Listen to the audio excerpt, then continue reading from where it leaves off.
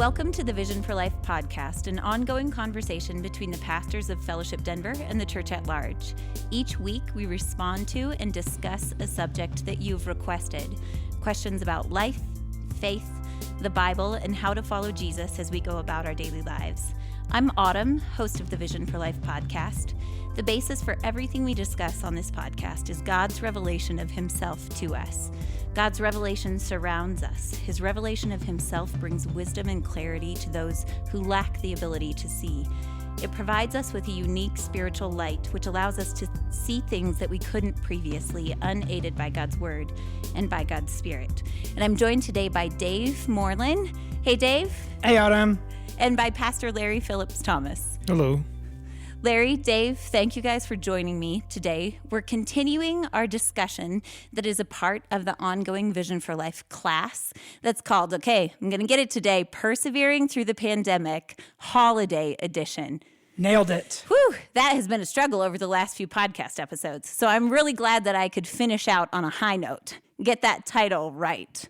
But we're in week 4 of this class, and on the podcast today, we're continuing our discussion about depression and anxiety.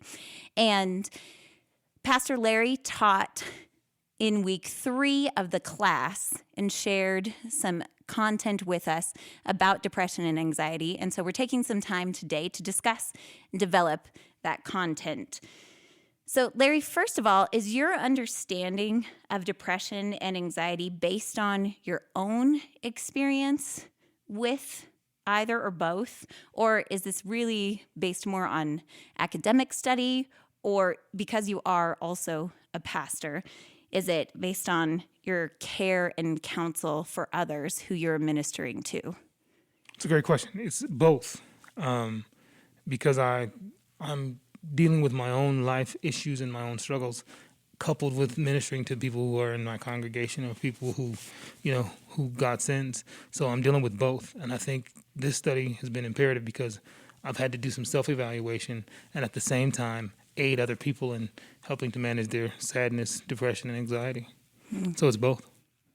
Are there particular seasons in which it's been more evident in your own life and story, your personal experience with depression and anxiety? Yeah, this is a season I'm actually living in it now. My father passed away in April suddenly from COVID-19, and so I had to deal with his death and still minister to the people who are around me, minister to family. So I would have to give myself a C on personal depression management, sadness management. I don't think I did a very good job with it, but I did tough it out. I was able to slowly but surely look at some of the sadness, some of the gloom around the loss itself, and kind of deal with it. At the same time, helping to encourage other people to be okay with it, with their own depression, their own sadness, and not to shy away from it. Part of this conversation is built around making sure that people understand that it's okay not to be okay sometimes.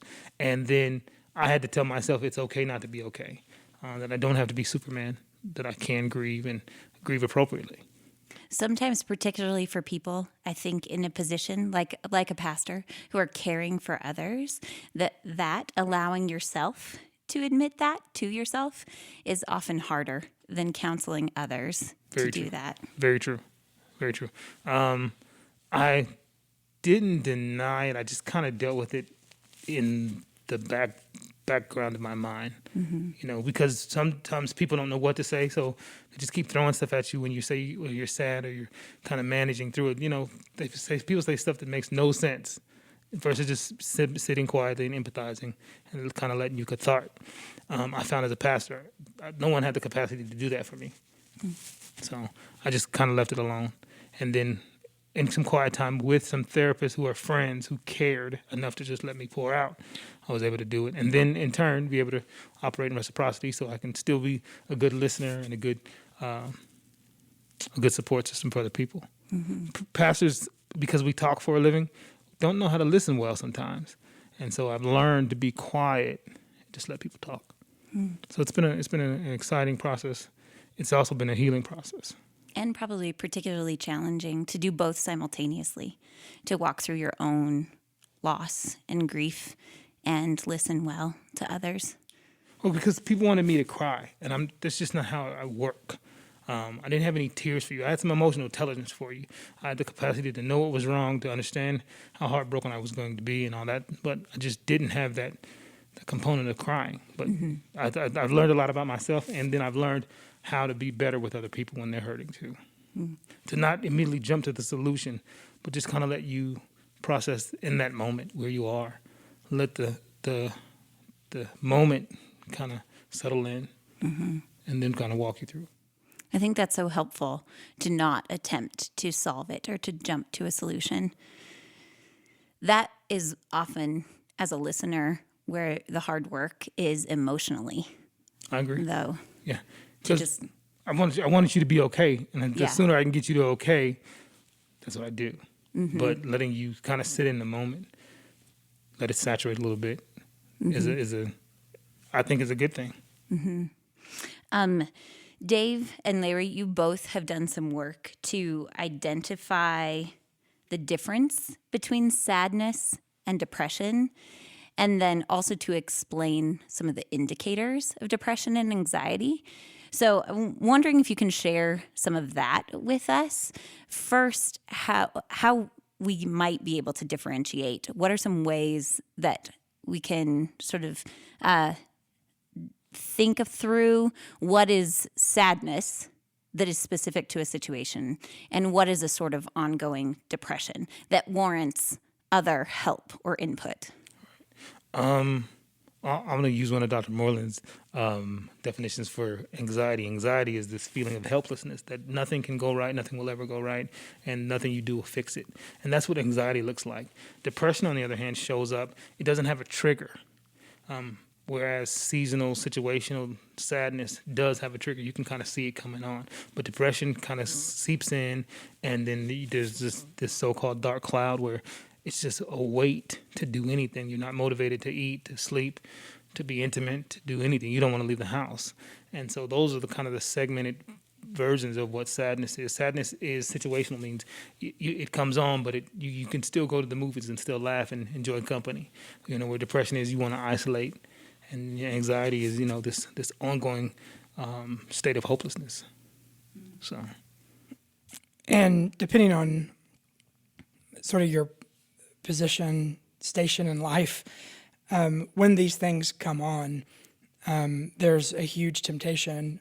Larry, as I was talking about you, or as you were talking about going through this as a pastor, I'm just empathizing with that as well. And one of the indicators for me that I'm anxious, have anxiety, some signs of depression, is this phenomenon of masking. And what reminded me of that is that, Larry, you have a literal mask on your face right now, and I have a mask hanging on my ear. And Autumn, I'm not sure where your mask is. There it is.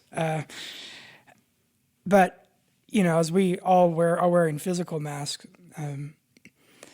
many of us have learned to create relational masks as well, and those, and we do that as a way to make people think that we are better than what we are, to tell people exactly what we think they want to hear, partially to get them off our trail. In other words, that we don't want any impression that something could be wrong. And so we kind of know just the right thing to do or the right thing to say to give them the impression that we're okay.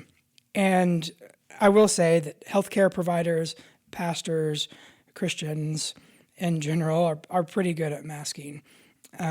Jesus talks about this explicitly, about the letting people think that certain things are true of you that aren't. And we can do that. So when you find yourself giving people the impression that something is true of you that it actually isn't, then that's one of the signs that depression or anxiety is probably present. Mm-hmm. And Larry, you mentioned in the class content too that depression and anxiety affect us in various ways, and they manifest themselves in different ways, that they can affect our mind, our intellect, our body They affect us physically and our spirit, our heart, and where we are relationally with God. What are some of the ways, the various ways that depression specifically, anxiety too, if you want to lump it in, but depression specifically manifest itself? Yeah, depression shows up in our bodies. It affects our health. So either you're sleeping or you're sleepless. So you oversleep. You never want to leave the bed. There's always a level of tiredness, loss of appetite. You're angry or aloof or not really present in the moment. That's how it plays out in your body. It can also raise blood pressure. Your glucose numbers go up. People have developed gout from being so stressed out or being so depressed. Those are the number of ways it can show up. For your mind, it creates a disconnected disposition towards everything and everybody, where the perception of life is completely off when it would normally be tuned in and plugged on. There's some neurotransmitters that are imbalanced, so you have the chemical dopamine and serotonin levels are off.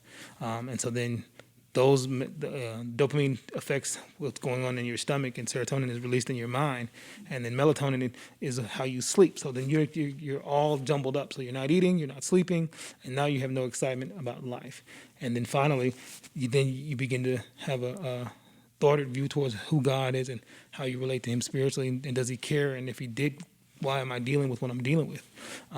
So it can show up in a lot of different ways. So then worship is affected, prayer is affected. Word study becomes very interesting. And then you find yourself in a crisis of faith asking questions about God and life that you normally weren't contemplating. So those are the ways it shows up.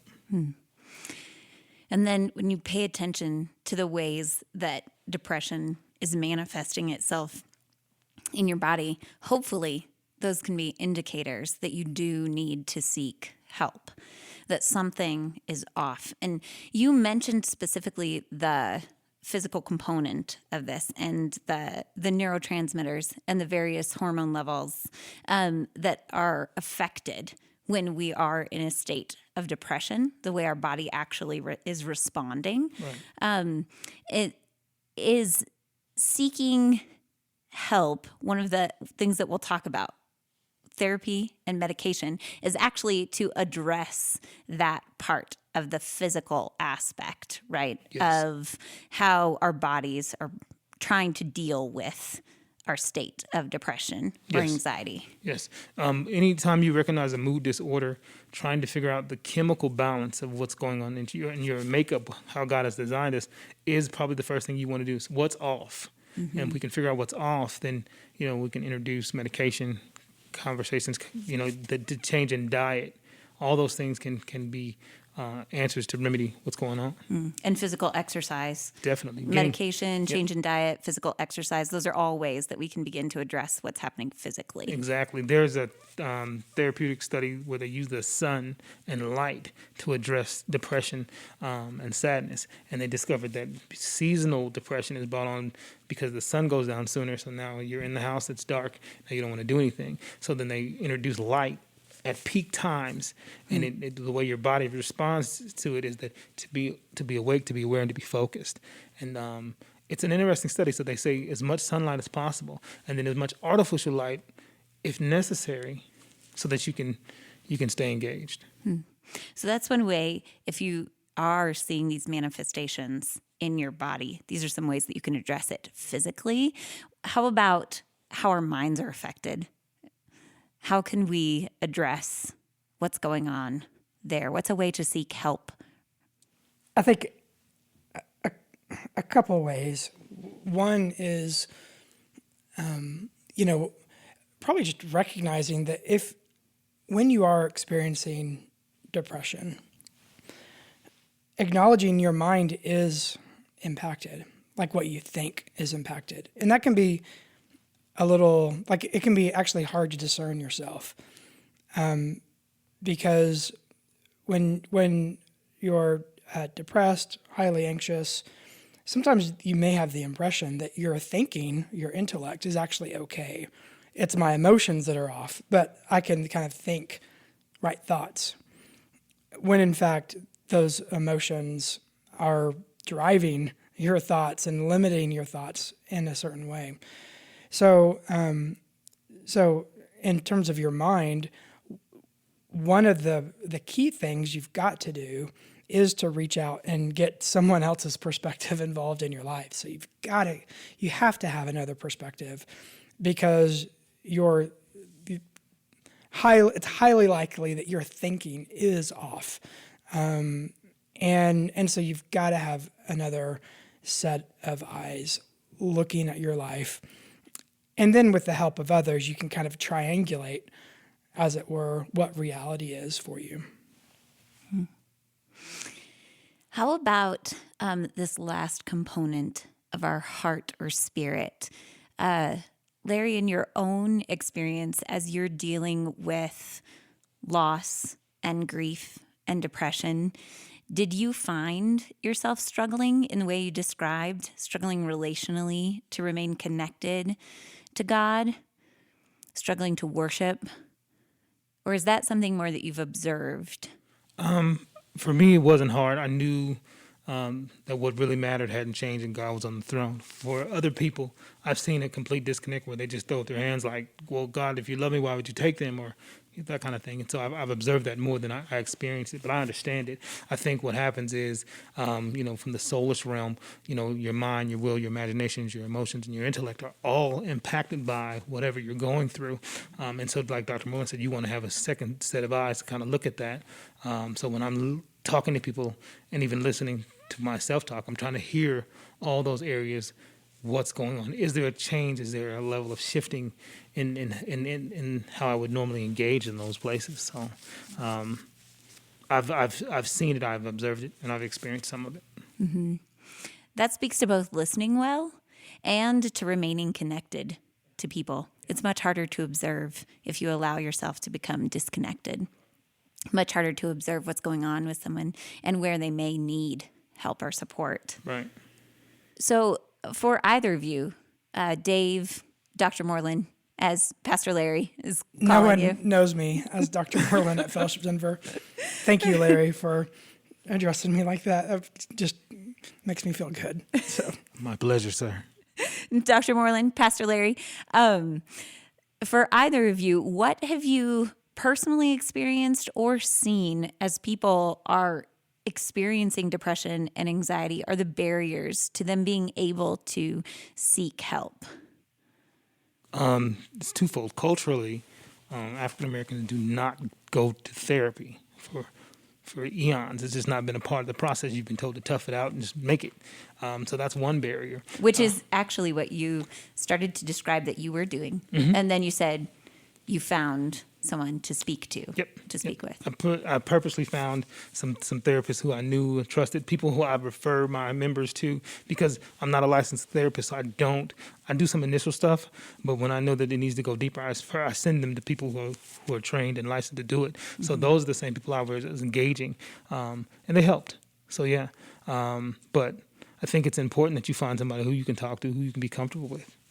And so using those guys, but as often as you can, go find somebody to talk to. So a cultural barrier. So that's the cultural barrier. Then secondly, social barrier. We've still put a stigma on therapy. Mm-hmm. You're called crazy if you go see a shrink, quote unquote, right? And so no one wants to have their mind shrunk.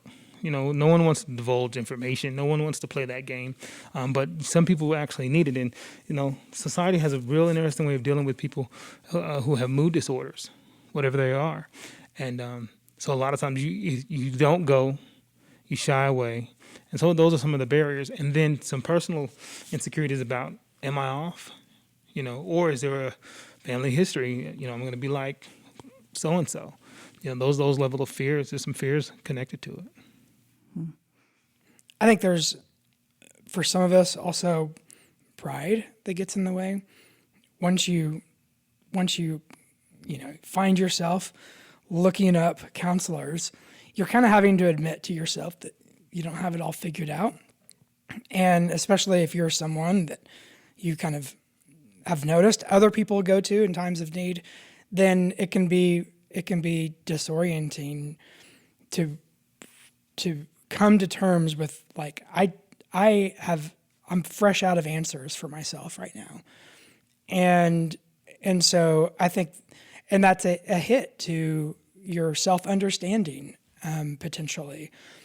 So I think for some of us, that's a barrier too, is just, I have never thought of myself as someone who would need a counselor. And yet here I am. So you kind of have to push through that self-conception in order to be humble enough to know I need help. That's good. That's good. So there are cultural barriers, the social stigma, dealing with our own pride. And then I think particularly when we think about certain segments of society, I think of young people particularly who might be struggling with depression or anxiety, and they may simply have a lack of awareness as to where to seek help. So that could also be a barrier. Yeah, another barrier is self-medicating. So I'm using whatever coping mechanisms around me to get by, which dampen the capacity to really see what's wrong. So if I'm using marijuana or alcohol or whatever the case may be, you get a diminished version of what's really going on. And so we shared before, alcohol is a natural depressant. You think you're going high when you're actually going low. And everything has a crash, so you can only ride that high for so long before you have to really face up and say, okay, there's something else wrong, because it's interesting to be high and still be unhappy. And they don't go hand in hand. And so, you smoke all the weed you want to and you don't feel good about yourself, something's off. And so, young people, especially, with everything that's legalized now, it's even more of an opportunity to do that. Yeah, and it seems that actually using one of those coping mechanisms could limit your ability to do what we discussed first, would limit your ability to be mindful and aware of what your body, your mind are actually manifesting. Yeah. It's a suppressant. It doesn't help solve anything. It just suppresses. And then once you come back to sobriety, here it is all over again. Yeah, but how about coffee or chocolate? Yeah, so let's not hurt anybody's feelings out there. Autumn, this wasn't on script. How about coffee as a coping mechanism? This was not on script, Autumn. Can we strike this, Jesse? Pastor Larry has not said no yet. He has not said right now that I cannot use coffee as a coping mechanism. When you discover that more than 3 cups a day, you might have a habit. You know what I mean? If your Starbucks barista knows you by name and they just start making your stuff before you order it, there might be a problem here. But we do want to be aware of those things. So if I'm overeating, overindulging, those are coping mechanisms. So I think we talked about, overeating chocolate cake was my coping mechanism, not a slice, the whole cake. And the whole house knew that this was Daddy's cake, and whether it got eaten all the day or throughout the week, don't ask no questions. This is how I'm living. And that has its own consequences. But yeah, we do want to pay attention to that. Chocolate bars are decent, a couple of coffees, but if you need coffee every day, you probably want to look at that. It's like the same people, you need a beer every day, a glass of wine every day. Okay, if you can't go a day without chocolate, something is off here. And so those are some interesting coping mechanisms. At Fellowship Denver, one potential area of concern is the use of alcohol for as a means to cope. Personally, I grew up in a home that was teetotaling, no alcohol. It wasn't a thing. Christians don't drink.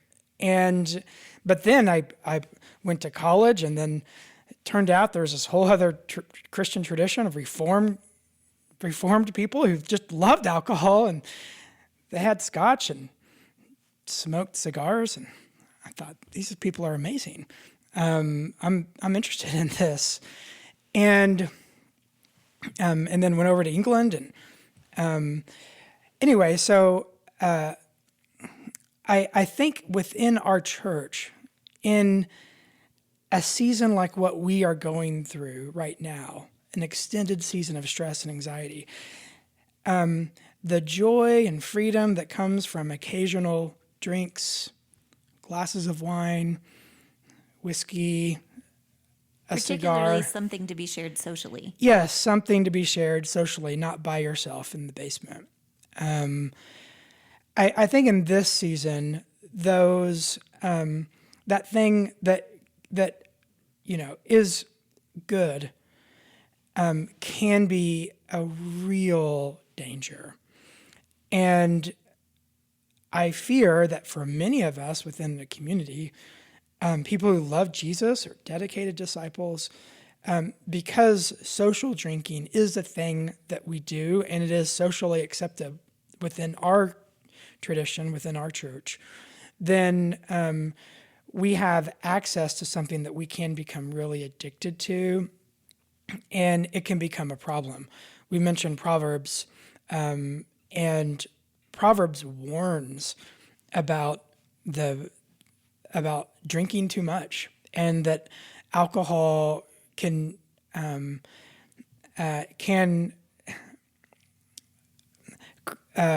create problems, not just suppress problems, but it can become a problem in and of itself. And so that's an area that I think we should be honest with ourselves about. So many of these things that start out as coping mechanisms can turn into addictions. Alcoholism is particularly prevalent, or substance use, but we see it in many different ways. And I think a good indicator is if you find yourself feeling that you need this thing in order to tune out or to be okay. So if you find yourself, as Pastor Larry mentioned, drinking endless cups of coffee or needing a glass of wine or two every night, or binge watching a show that you've recently begun, and you find yourself turning to that more and more frequently, and then feeling that you need that to maintain some sort of equilibrium, that's probably a sign that you should ask if your relationship has, with whatever that is, with that substance or that show or shopping online or with your smartphone, has begun to become addictive in nature to fill this perceived need. Part of what we want to take time to discuss on the podcast each week is the idea of biblical worldview or a biblical framework for whatever it is we're discussing. So in this case, grief, loss, depression, anxiety. And Pastor Larry and I, just before the podcast, as we were thinking through our discussion today, Pastor Larry, you mentioned that really theology and social sciences and medical science have a meeting point, and that within our theological understanding and framework that we can utilize what knowledge there is to be gained through the studies within social sciences and health science, medical science, to help us gain a better perspective on what is happening really in our bodies, in our minds, when we're in a season of grief, loss, or depression or anxiety. Our bodies, intellect, and heart are all involved in knowing God and knowing others. And the social sciences and medical sciences, when they help us and when they help inform our understanding of how we are actually created, of what God designed our bodies to do, even in the things you mentioned before, how our hormone levels seek to regulate what's going on in our bodies and in our minds, how neurotransmitters work. When we view the social sciences and the medical sciences in that way, it actually can enrich and inform our understanding of God's design. So, Dr. Dave, Pastor Larry, can you weigh in to help us understand that aspect, where that overlap is? Theology, the sciences, how should we view that relationship, and how should we start to go about synthesizing what we learn from both? The writer of Proverbs said that God created the world with wisdom. And when he wrote that, he meant that not just that God possessed wisdom as he created the world, but he actually infused into the world a pattern of wisdom, or there's a way in which the world functions, even within the created order. Now, of course, because of sin and brokenness, the world doesn't always work in the way that it was created or designed to work. Nevertheless, there are still discernible patterns within creation that that we learned was part of what God infused into the created order. We as humans are part of creation. We're not transcendent of creation, we're a part of it. So when Proverbs says that success comes from many counselors, what the writer's getting at is that there are different disciplines, different ways of observing the world, different areas or aspects of observing the world. And those observations can create principles and basic kinds of truth that are important for success in life. This is called a theology from below, where God designed the world to work in a certain way, and that certain people are really good at observing how the world works or how people work, and there you can extract from their observations principles, insights that help you operate in life. So this is how theology and social sciences and the work within the medical profession can all work together. With a proper biblical worldview, you can appreciate their insights, utilize their insights, but not have their insights be the definitive perspective of who humanity is and how the world functions. Obviously, you don't want that, just that. But what Proverbs says, you have many counselors. So you use them along with other perspectives and ultimately in accordance with Scripture, and then you can begin to move forward with real insight from these other disciplines. Mm-hmm. And in this area, like in every area, what we're advocating is that you, from the perspective of a personal relationship with God, the work of the Holy Spirit in your heart and life, allowing the Holy Spirit to transform your heart and renew your mind, and being knowledgeable about what God has told us. So what God has told us in his word, and through connection with each other within the family of God, that our framework is developed in that way. And so first and foremost, we ask, how do we understand the world from that vantage point, from that biblical perspective? And then through that window, through that understanding and that framework, we can consider seriously and be open to looking at how these areas of study align with or don't align with that framework.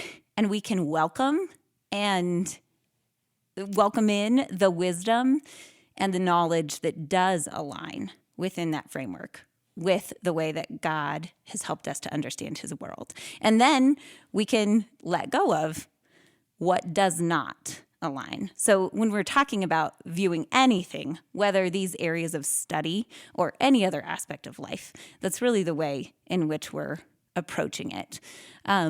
So the hope is that we feel confident in what we know of God, in what we know of God's world, of God's design, of ourselves and each other, that we feel confident and rooted in that knowledge so that we can assess other areas of study to see if they help us understand and gain bigger perspective on those things, on God's design, on our world, on each other, even on God himself. The understanding how amazing and intricate his design is actually helps broaden our understanding of God and how amazing God's intent and design for us is.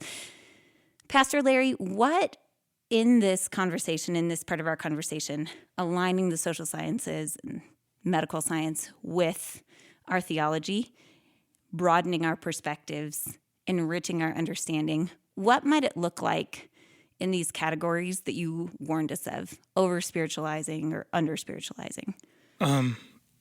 I could say hope is not a strategy. And too often we take hope as a strategy versus actually putting together a plan of action. And then the God we serve has put into place, here's A, here's B. So trust me and then go do B. So what happens is growing up in churches, they lay hands and they pray and then they send me back out, but I'm still dysfunctional because there's a step 2 to the process of prayer. So pray for me, yes. Declare the scriptures of God over me, yes. Let's evoke the power of the Holy Spirit, but I need to go to rehab. I need to go to therapy. I need to get on medication. I need to actually have both sides of the divine and the social sciences working, that theology piece working with the social sciences to get me to a place of balance and being helped appropriately. And so we can't compartmentalize them as though they exist separately. No, there's a duality to both of them that we must put into practice that is often over-spiritualized and often under-spiritualized. So I think we shared a little bit about how sometimes people say, well, I'll just have faith and believe God and won't take the medication. No, take the medication and have faith. It's a part of the process. As we wait for the manifestation of healing to show up in your life, you still need to be able to cope. And so there has to be a regimented response to some of the things that were going on. It's hard to serve God and not be sober. I can want it all I want, but somebody has to say, no, you got to detox. There has to be a separation here. And so that's why, we've got to move to a place of strategic working using the social sciences to help balance. Because just what Dr. Molan said, what you said, when you look through Proverbs, there's so much information about how wisdom and counseling work. So you got to go seek that. And then God has delivered and trained people who can give wise counsel, who can provide insight, who have been where you are. So when we start talking about commonality and community, someone somewhere has dealt with what you're dealing with, overcome that, and then we tap into those resources of how. So of course, yes, we're going to continue to pray for you. But at some point, somebody's got to walk me through the next steps and stages of how I get completely delivered, or how I get to a place of normalcy. It's like having access to aspirin and you won't take it, but you'll keep praying and be in agony. And God is like, I've sent 3 or 4 people to give you aspirin and you won't take the aspirin because it's hard to hear when you're in pain. Even the instructions that God would give you couldn't hear if you were hurting. God says, let's alleviate the pain first, and then we can move to the next process. And so as believers, we have to be very careful and sensitive to those processes. So what you're saying is that, doing some of the social sciences doesn't invalidating the theology that we hold so dearly. At all, Dr. Molan. And so it's a part of the process. It's the faith by works kind of thing where, okay, I believe God, and while I'm believing God, let's do this. It does not in any way diminish my faith. It does not in any way diminish my capacity to believe God. Even Paul tells Timothy, a little wine for your stomach, right? Like, come on, man. You see Autumn, it in Scripture. It's in the Bible. He said, quit judging me. He said, your stomach is messed up. You can either be healed or you can die. And which one are you going to be? And so sometimes we overthink it. But, when the God we serve has made our bodies a particular way and our bodies respond to the elements a particular way. So I'm in no way outside of faith when I participate in the social sciences. Mm-hmm. In fact, you're enacting your faith. Exactly. Even Moses had to go get counsel. Jethro told him, hey, you're doing this wrong. You see little pockets of the social sciences working all the time in Scripture. You mentioned this, I believe, in the class as well, but just a moment ago, Pastor Larry, the idea of hope as a strategy. And so you're saying that these things fit into an active sort of pursuit of hope. Correct. Is that correct? Correct. So when I say hope is not a strategy, my hope belongs to God, but strategy comes from Him. Mm-hmm. So I shouldn't hear God's strategy and say, no, I dismiss that. Just fix me. And He's going, oh, there's a process to this. And too often we do that, So you ask somebody, what's the plan? They couldn't tell you. I'm just hoping. Mm-hmm. Well, tying a knot in the rope and holding on is not a plan. That's just hanging on. And so we're all guilty of that in some form or fashion. We've talked about the idea of perseverance, and I think hope and perseverance in the way you're discussing it they're interwoven, that there's an active component Yes. to faith. Yep. And in the area of depression and anxiety, that active component looks like taking these steps. Very and that's often what perseverance looks like Yes. in answer to depression and anxiety. And what hope looks like is taking these active steps. Right. Definitely. There are two categories of people throughout this discussion that we've been speaking to. Some people who may be experiencing grief and depression, anxiety, struggling with substance use or abuse. So if you are in it, you are one category of person who we are talking to right now. We realize there may be varying levels of acuity to what you're experiencing, that some people might be feeling sadness seasonally or situationally due to past loss. Some people may be grieving something specific or experiencing this sort of broad kind of grief brought on by the pandemic, this widespread kind of loss and grief of many of our regular rhythms, particularly in the holiday season. So that's one sort of person. You might be struggling specifically with some of the things that we're discussing. Even if that looks like you're realizing that maybe you've just been enacting these coping mechanisms. So that's one category. The other category of people we're talking to might not be feeling any of this with a certain sense of acuity.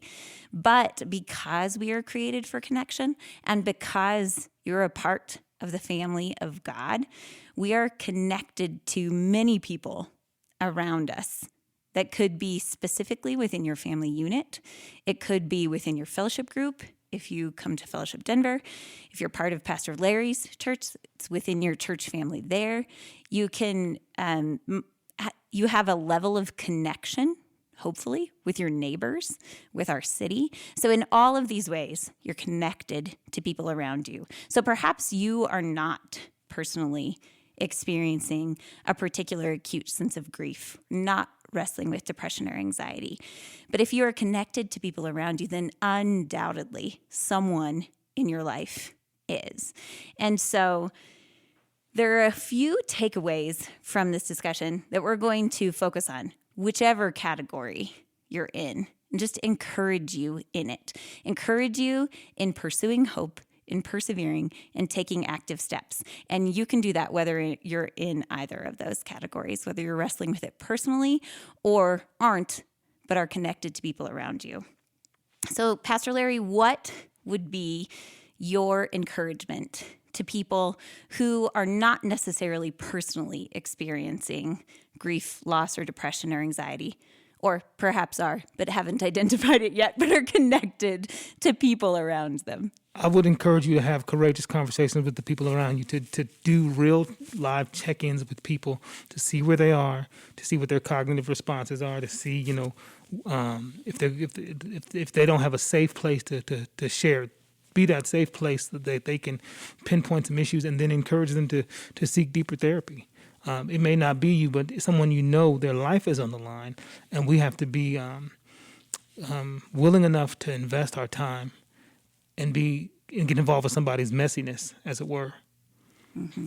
And that's why you're calling it courageous. Yeah. Because there is a certain type of discomfort that you have to be willing to step into in order to have those conversations. Are there any questions that you would suggest that might open up those conversations? Yeah. The first one is, how are you? And when I say how are you, not the surface how are you, but how are you dealing with being isolated? What is the level of contact that you're having? Are you eating? Because remember, it shows up in appetite. Are you overeating? Those are things. Are you binge watching too much? Are you getting outside? These are the questions you want to ask. Same things, we can try to figure out what the triggers are and move forward. And then you want to be consistent. I was sharing with Dr. Muller, you want to ask questions that almost seem intrusive, because I won't let you off the hook with just, I'm okay. because I'm okay might not really be how you are. And so digging a little deeper, it's courageous because I'm willing to put our relationship on the line to semi-offend you, to make sure that you're really good. So, and then not be turned off when you snap at me. Because all those are smoke screens and defensive mechanisms. So it takes someone to be bold that way. But definitely starting, how are you? Where are you? What are you doing? What's a routine for you? What are your eating habits? Are you drinking? What are you drinking? Those kind of things. And it seems like if someone maybe does have the propensity toward masking, Dave, as you mentioned earlier, towards giving some sort of satisfactory answer, that continuing to ask questions pushes past that. Yeah. And you want to remind people, hey, I care about you. I love you. We're doing life together. I need you to survive, that kind of thing. Reiterates a connection. So then that way it doesn't feel as intrusive, but you understand. Because if you've been there, then you want somebody to ask those same questions. And if you haven't been there, you would hope that if you were in a stage of depression or sadness, that someone would have enough wherewithal, at least, hey, let's Zoom coffee. Or let me come to the window and see what you really look like. Because the mask game, we're really good at wearing the mask. Yeah. Emotionally, physically. And when you're the person asking that question, initiating that courageous conversation, as you were talking about it, I was thinking of kind of twin motivations for that. One, I think ultimately what motivates us to have these conversations that you actually do care for someone.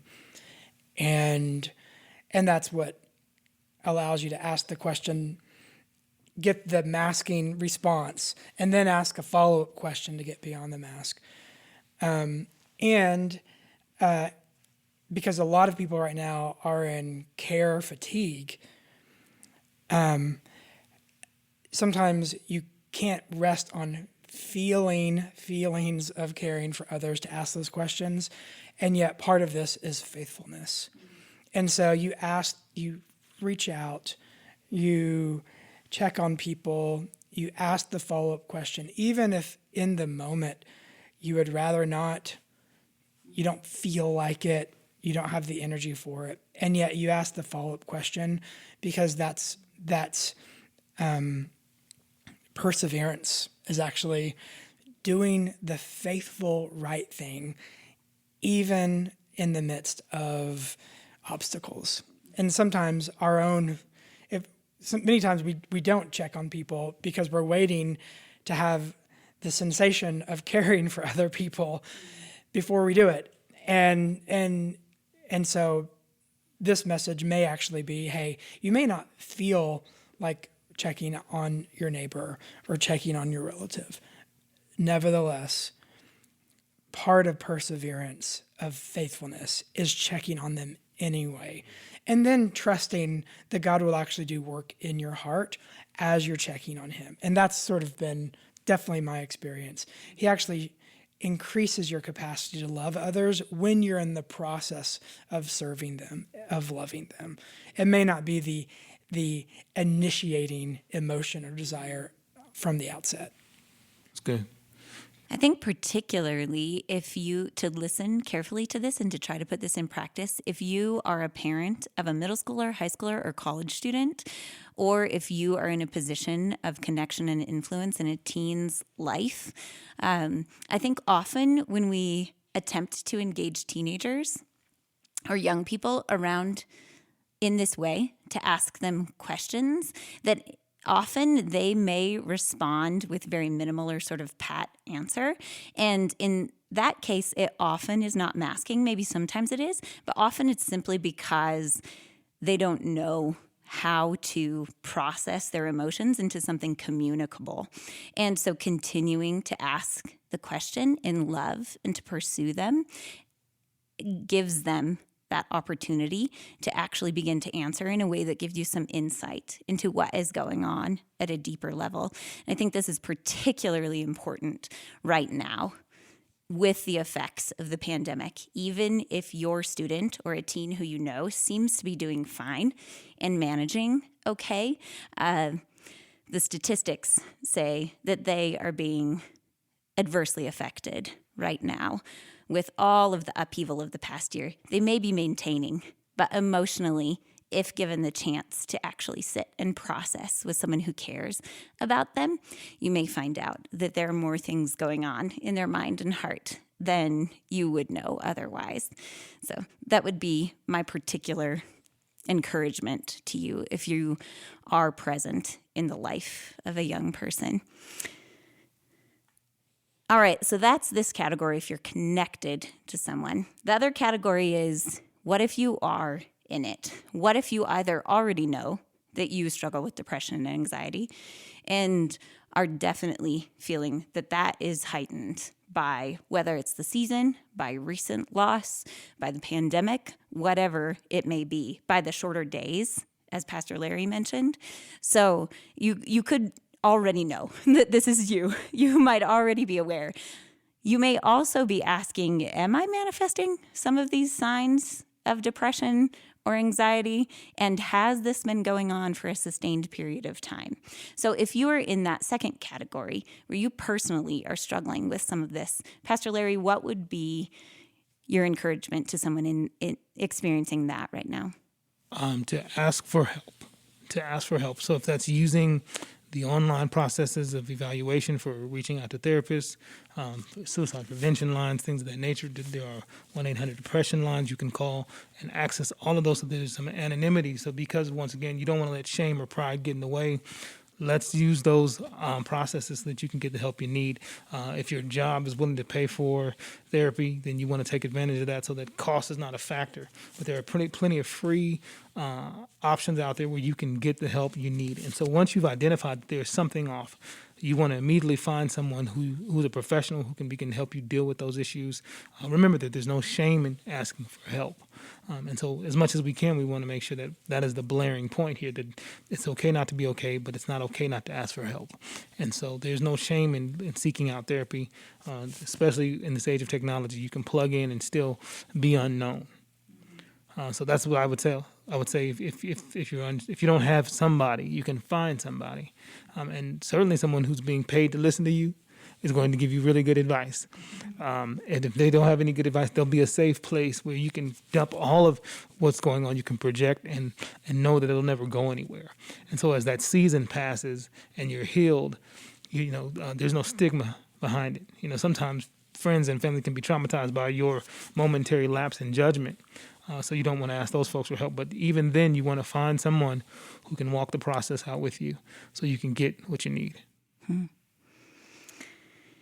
reframing this conversation, you mentioned don't feel any shame in that. Instead, think of what we just mentioned a minute ago. Think of taking that step as actually taking an active step towards hope or in perseverance, that it is not shameful. It actually is a display of the fact that you have hope. Dave, do you have anything to add if someone is in it right now, whether they're just becoming aware that maybe they're experiencing signs and symptoms of depression or anxiety, or if they already know? What is your encouragement to someone experiencing that right now? If that's you, then it really is, just to reinforce what we've said, to tell somebody. And it may start just by telling God, by just admitting it to God in prayer. We talked about this last week, how crying out to God is a good and godly thing to do, and that He actually responds in different ways, obviously, but to reach out to God, reach out to a trusted friend. Through Fellowship Denver's pastoral care intake form on our website, you can reach out there, or one of these bigger depression hotlines where if you want to remain anonymous, you absolutely can. So, but the biblical concept here is to bring whatever it is you're experiencing right now into the light. If it stays in the darkness and stays in the shadow, then it can increase in its power and influence over your life.